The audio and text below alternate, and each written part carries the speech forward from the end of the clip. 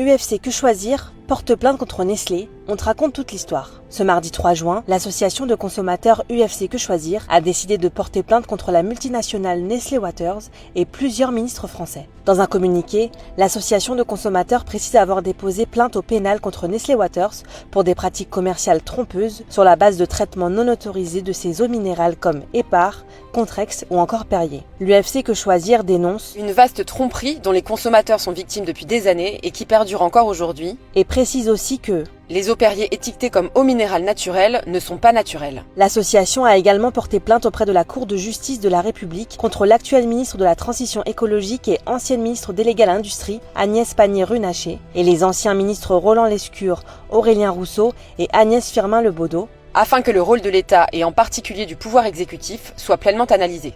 Mais qu'est-ce qu'il se passe avec les eaux Nestlé ? En janvier 2024, le journal Le Monde et la cellule d'investigation de Radio France publient une enquête révélant que Nestlé a caché au public que l'eau qu'ils pompaient était contaminée. Pour continuer à les mettre en bouteille, ils ont eu recours à des purifications interdites comme la microfiltration, l'ultrafiltration, les rayons UV et le charbon actif qui sont interdits pour cette catégorie d'eau censée être pure à la source. Après ces révélations, Nestlé reconnaît avoir utilisé ces traitements à cause de la contamination croissante de ses sources d'eau, mais affirme avoir arrêté les traitements fin 2022. En septembre 2024, la multinationale est contrainte de payer une amende de 2 millions d'euros pour éviter d'être jugée au pénal. En mai 2025, un rapport sénatorial révèle que l'État était informé depuis 2021 de l'utilisation de traitements interdits par Nestlé, mais n'a pas pris de mesures adéquates. Le rapport dénonce une dissimulation de la part des autorités, soulignant une stratégie délibérée de l'État pour protéger les intérêts industriels au détriment de la transparence et de la santé publique. Le rapport révèle également qu'à la date de sa publication, Nestlé Waters n'est toujours pas en conformité avec la réglementation.